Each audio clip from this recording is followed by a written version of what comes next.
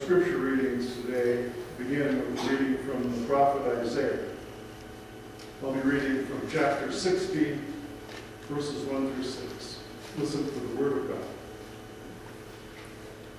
Arise, shine, for your light has come, and the glory of the Lord has risen upon you. For darkness shall cover the earth, and thick darkness the peoples. But the Lord will arise upon you, and his glory will appear over you. Nations shall come to your light, and kings to the brightness of your dawn. Lift up your eyes and look around, and they all gather together. They come to you. Your sons shall come from far away. Your daughters shall be carried on their nurses' arms, and you shall see and be radiant, and your heart shall thrill and rejoice, because the abundance of the sea shall be brought to you. The wealth of the nations shall come to you. A multitude of camels shall cover you. The young camels of Midian and Ephah, all those from Sheba shall come. They shall bring gold and frankincense, and shall proclaim the praise of the Lord.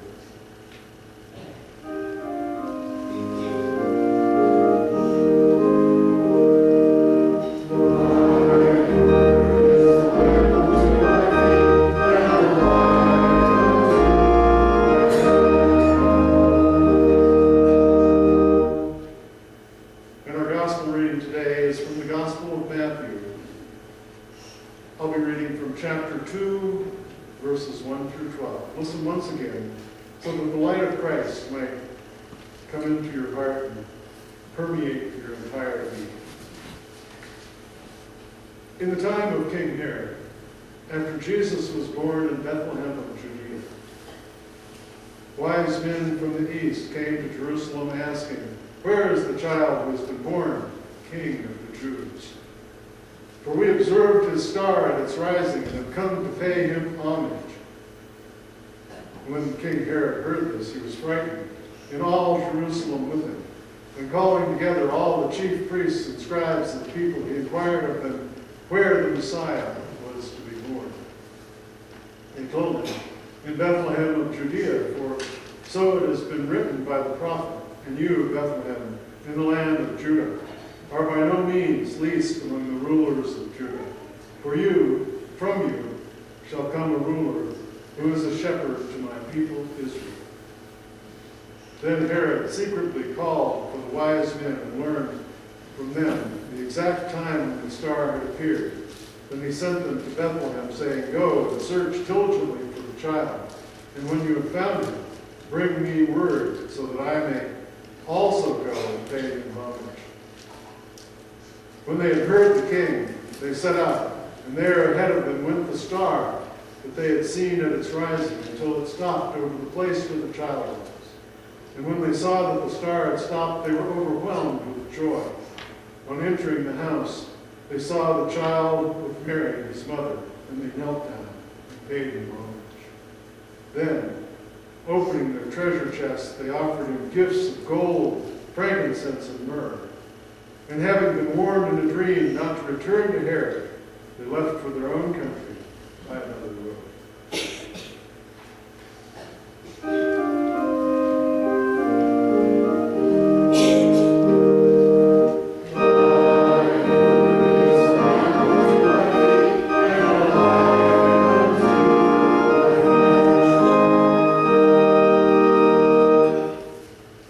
Now please stand if you're able and not open your hymn books. Pull the insert from the Vineyard Bulletin. We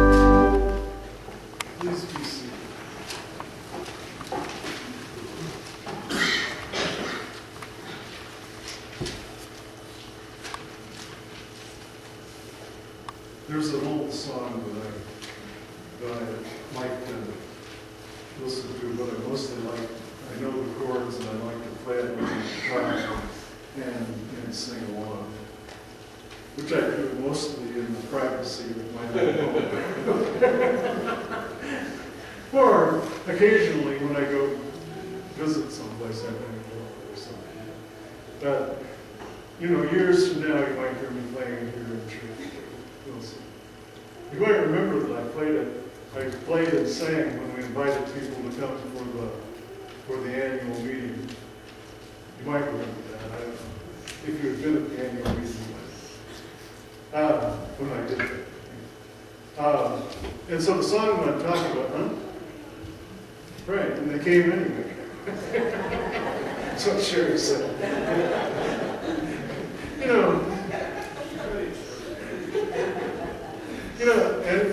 And so the song that I'm thinking of this morning is, will there be any stars in my crown? Do you know the song? Will there be any stars in my crown when the evening sun goes down? When I wake with the blessed in those mansions of rest, will there be any stars in my crown? So it's just like I was talking to the kids a while ago. We use stars and light as a symbol of God coming into our life. And the way it is, I think, that we get stars in our crown is by allowing that light to penetrate and permeate and fill out all of our life. In fact, give our lives over to it. Not only our gold and our frankincense and our myrrh, but everything. Give everything to the light that God brings to us in the darkness. So that not only are we rescued from the darkness in this darkest time of the year and coldest time of the year, but we're also, we become beacons. We become stars up in our own right. So that the light that's emanating from us, that comes to us from God and emanates into other people through our actions, becomes light to other people, so that not only are we rescued from the darkness, but we rescue others from the darkness because of the people that we've become, because the light has come to live, come to abide deep within us. Now, the people in our story, all the people in our story were called into this story in magnificent ways, weren't they? Remember a month ago or so when we were starting Advent, we had the story of the Annunciation, right? And Mary was alerted to the fact that she was to be the mother of the baby Jesus by the angel Gabriel, right? We sang about that, and Carrie told us about that in the Christmas musical that we did. And so Joseph too, right? Also visited by an angel in his dreams, isn't that right? So, and then these guys that came in our story today, these guys who come from far away, saw a special star rising, and at its rising they consulted their traditional wisdom, and they knew that this was the star of a great king to be born. And so they followed the star. And so, trying to translate that kind of stuff into our own lives it makes it a little bit different, doesn't it? It's, what is the star that happened in your life that alerted you to Jesus? What star? And in most cases, it's not some angel, is that right? In my case, I found out about Jesus by going to church with my parents. I went to church with my parents, and I saw them worshiping, and I saw the other people worshiping, and in the fullness of time, I came to worship myself.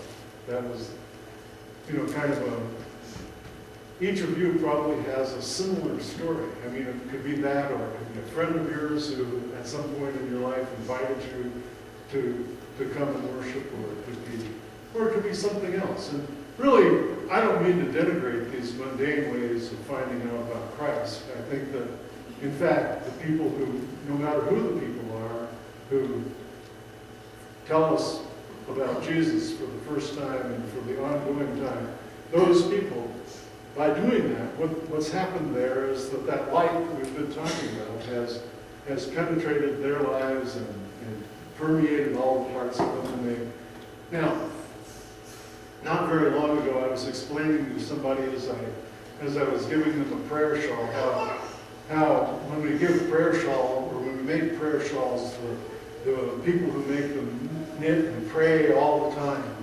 And so the prayers are within the folds of the prayer shawl, and unfortunately for me, some of the people who had made the particular prayer shawl were standing right there, and they got faces, and they, no, we didn't do that, we chatted.